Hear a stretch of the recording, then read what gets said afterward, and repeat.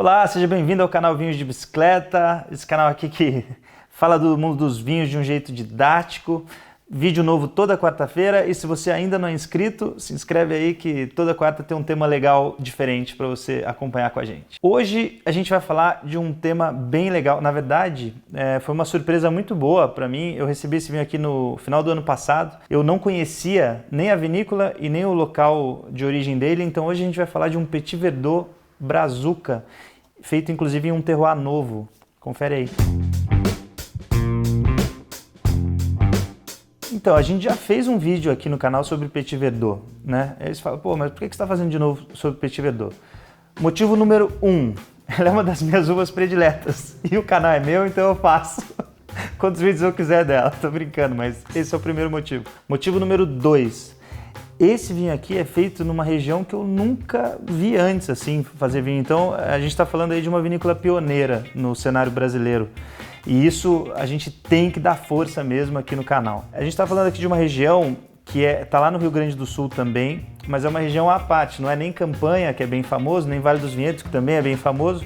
A gente aqui está falando de uma cidadezinha chamada Mariana Pimentel, que segundo o produtor está no Escudo Rio-Grandense. E o mais legal é que além de a gente estar falando de um terroir novo, né, mais um pioneiro aí, né, descobrindo uma nova região do Brasil para fazer vinho, a gente está falando de uma uva que é difícil de se plantar. A gente até fez aquele vídeo dedicado a Petit Verdot e lá a gente falou por que é difícil plantar Petit Verdot? Porque esse nome dela vem justamente dela ser pequena e verde, enquanto as outras uvas já estão teoricamente maduras. Então ela começa a amadurecer no início do verão e ela vai terminar de amadurecer lá no final do verão. Então, do ponto de vista lógico, ela se adapta muito melhor a regiões mais quentes e secas, né? Onde ela tem esse tempo para maturar. A gente está falando de uma região aqui próxima ao Uruguai, ou seja, eu já estou vendo que o vinho tem 12,2% de teor alcoólico. Geralmente Petit Verdot que chega aqui da Argentina, do Chile, que vem de regiões mais quentes desses dois países, chegam com 14, 13,5% de álcool. Aqui a gente está falando de um Petit Verdot que no mínimo vai ser diferentão. Além do produtor envelhecer 12 meses em barrica de carvalho, ele ainda amadureceu o vinho por 4 anos na adega climatizada dele lá, da vinícola. Ou seja, a gente está falando de um vinho, um pequeno vinho de guarda brasileiro aqui, né? Pequeno modo de dizer, né? Porque está só começando, deve ser um grande vinho, vamos descobrir hoje. A gente está falando da safra 2014 dessa uva, a gente agora está em 2019, então já são aí no mínimo 4 anos de amadurecimento para o vinho. Ele fala aqui também de uma produção bem mínima assim, de garrafas, que é um vinho bem artesanal e a gente adora isso aqui.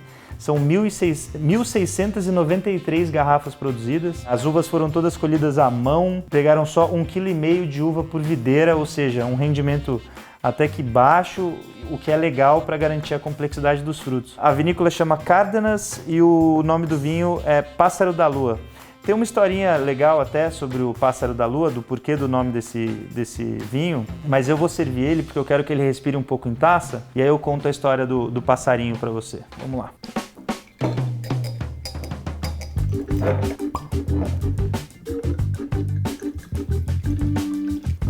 A cor dele já está típica mesmo de Petit Verdot. E aí, antes da gente começar aqui a análise do vinho, vou falar então a história do passarinho. Isso aqui foi uma homenagem do Renato Cárdenas, que é o proprietário dessa vinícola, ao urutau. Em Tupi-Guarani quer dizer pássaro fantasma. E ele se disfarça de tronco nas cercas, né, da área rural, assim.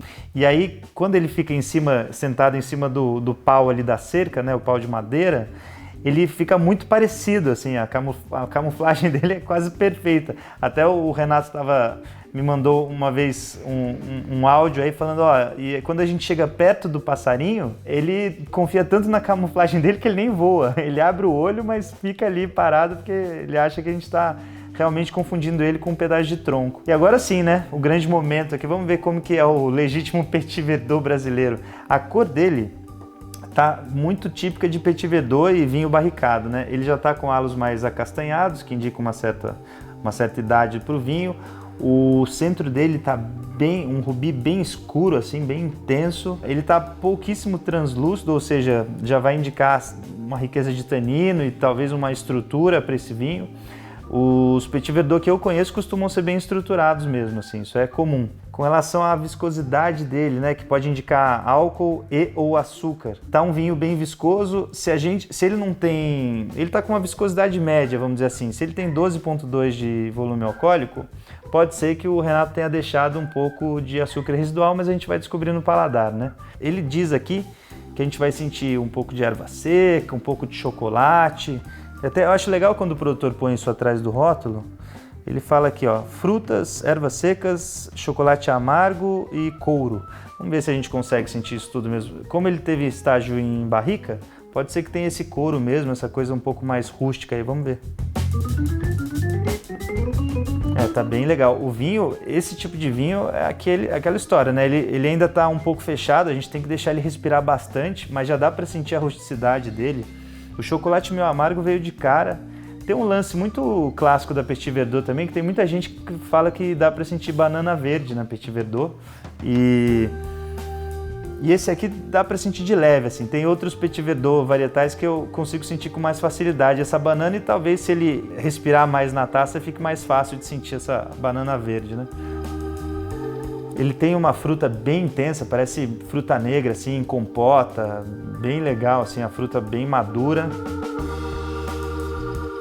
E tem a questão da rusticidade ainda, o couro, o carvalho, né, madeira, o chocolate meio amargo que eu falei também dá para sentir. Tá bem legal, viu? Parabéns aí.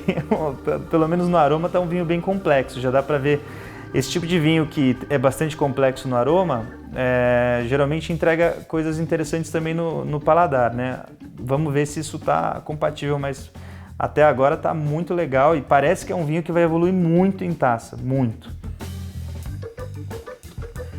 É muito legal. Esse vinho, nossa, tá com um tanino extremamente aveludado. Eu conheço geralmente Petit Verdot de região muito quente, né? Pô, eu já tomei Petit Verdot de Mendoza, já tomei Petit Verdot espanhol, de região bem quente, assim, com temperatura média anual mais alta. Esse Petit Verdot aqui tá me lembrando mais os Petit Verdot lá de Bordeaux, que apesar de ser uma região também considerada um pouco quente, ela não é tão quente como a região do Rhône, por exemplo, na França.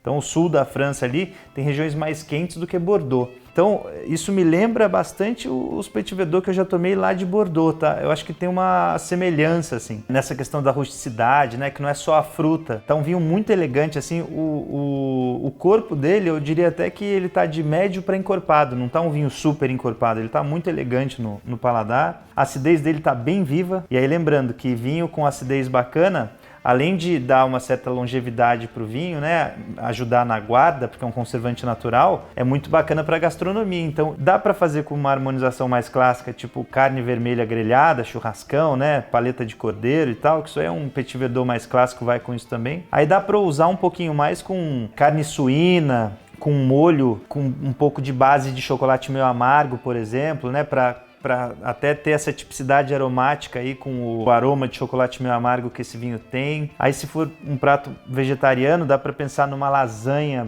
bem suculenta, assim, porque como ele tem acidez, ele vai limpar bem a gordura do queijo da lasanha, então, putz, dá para fazer perfeito uma lasanha de 4 queijos, assim, com vinho desse, com um pouco de ervas e tal. Bom, então é isso, Renatão, muito obrigado, até o próximo vídeo.